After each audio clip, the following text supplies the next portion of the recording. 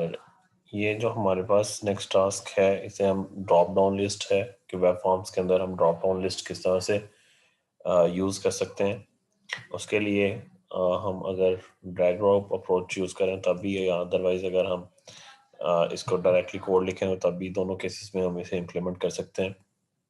तो यहाँ पे हमारे पास ड्रॉप डाउन लिस्ट अवेलेबल होती हैं, तो हम यहाँ से ड्रैग ड्रॉप कर सकते हैं। जैसे ये ड्रॉप डाउन लिस्ट आ रही है, इसको मैंने ड्रैग किया और यहाँ पे ऐड कर दिया है।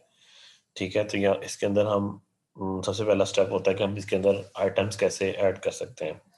तो अगर हम पहले से जो मेरे पास है इसको देखें तो इसमें एडिट आइटम्स, तो ये हमारे पास कुछ आइटम्स ऑलरेडी एडिड हैं।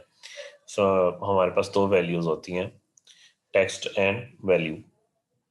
एक हमारे पास टेक्स्ट वैल्यू होती है, दूसरी इसकी एक्चुअल वैल्यू होती है। ऐड करने के लिए हम ऐड पे क्लिक करते हैं तो ये आइटम ऐड हो गई है, ये वैल्यूज़ है हमारे पास टेक्स्ट की और ये वैल्यू की ऐड है। तो यहाँ पे आप इसकी जो भी वैल्यू सेट करना चाहो या जो भी देना चाहो वो हम इसमें सेट कर सकते हैं। ओके करेंगे तो हमारे पास यहाँ पे इसके अंदर ऐड हो जाएगी। सिमिलरली जो हमारे पास दूसरी है, इसमें भी अगर हम ऐड करना चाहें तो उसी तरह से हमारे पास ऐड हो जाएंगी।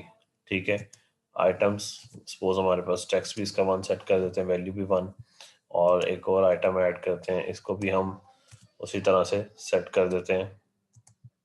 जिस तरह से हमारे पास ये इसमें आइटम्स ऐड होती जा रही हैं।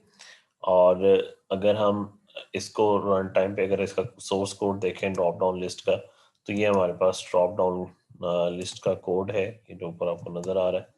इसमें हम जितनी आइटम्स ऐड करते रहेंगे वो हमें यहाँ पे अपीयर होती रहेंगी। ये पहले वाली ड्रॉप डाउन लिस्ट है और ये नीचे वाली ड्रॉप डाउन लिस्ट है। देन इसके बाद इसका एक मेथड होता है ऑन सिलेक्टेड इंडेक्स चेंज का। जब इसमें से हम किसी आइटम को सिलेक्ट करेंगे तो हमें उसका इंडेक्स रिटर्न हो जाएगा। Drop down list selected index change के नाम से ही इसका मेथड इम्प्लीमेंट कर सकते हैं।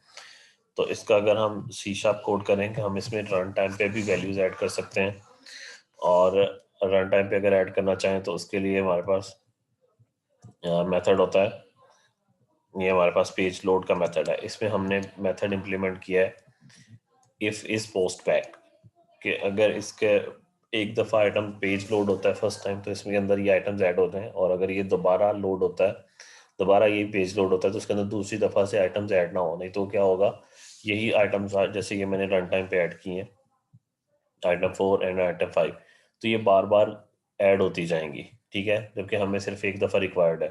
तो इस वजह से हम ये इफ़ पोस्ट बैक के अंदर ये कोड लिख रहे होते हैं, ये इफ़ पोस्ट बैक का मेथड है। तो ये सिर्फ एक दफ़ा कॉल होगा, जब एक दफ़ा वेबसाइट चलेगी तो ये ऐड हो जाएंगी, ये हर दफ़ा से इसे ऐड नहीं करेगा।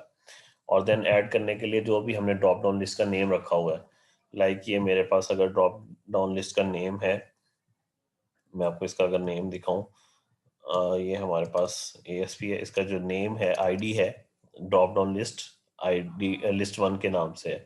तो मैं इसी नेम से इसको कॉल करता हूँ, इसका मेथड कॉल करता हूँ property dot items dot add, और इसके अंदर वैल्यू ऐड कर देता हूँ। Similarly second time items dot add, और इसमें सेकेंड वैल्यूज ऐड कर देता हूँ।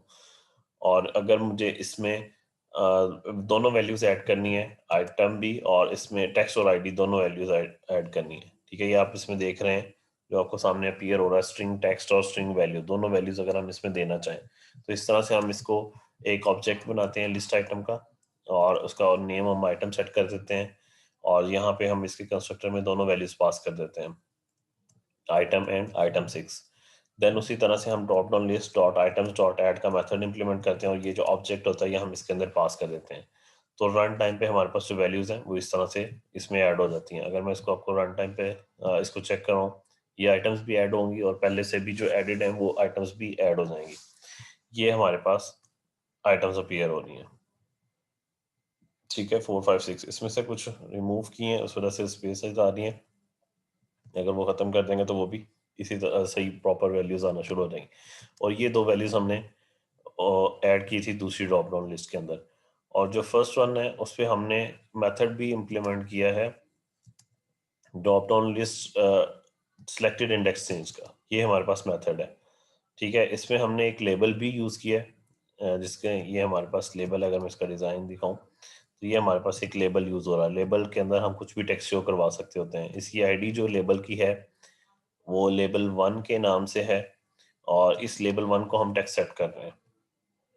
लेबल 1 डॉट टेक्स्ट इसकी प्रॉपर्टी कॉल की है, उसी तरह से हम ड्रॉप डाउन लिस्ट जो पहले ऊपर जिस तरह से कॉल कर रहे थे उसी तरह से उसको कॉल करें drop down list dot selected item, कि जो आइटम सिलेक्टेड हुई है वो हमें यहाँ पे रिसीव हो जाएगी। उसके साथ हमने एक एम्प्टी स्ट्रिंग कंकैटिनेट की है, ये हमारे पास एम्प्टी स्ट्रिंग है।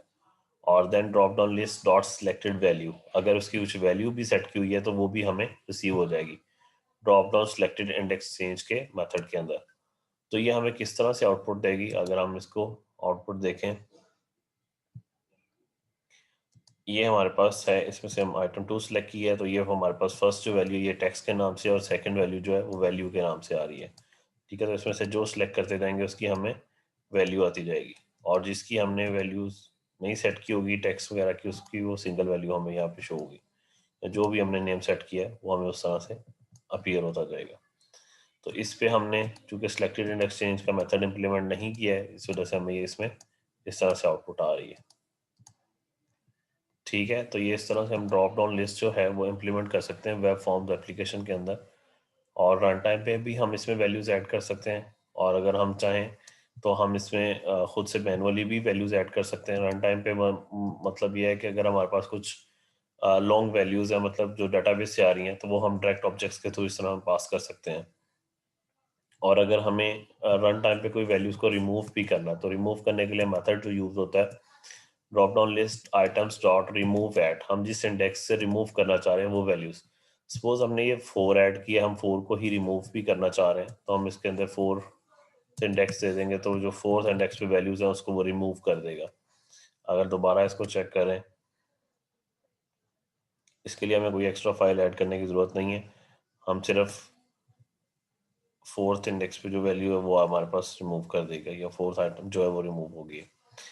तो इसमें हमें कोई एक्स्ट्रा आइटम ऐड करने की, मतलब वो फाइल ऐड करने की ज़रूरत नहीं है, सिर्फ हम यहाँ पे सिर्फ XML का कोड लिखते हैं, डिज़ाइन का कोड इस फाइल में होम फाइल के अंदर, और इसी की सी शार्प फाइल के अंदर इसका सी शार्प का कोड लिखते हैं। ठीक है, क्लियर है।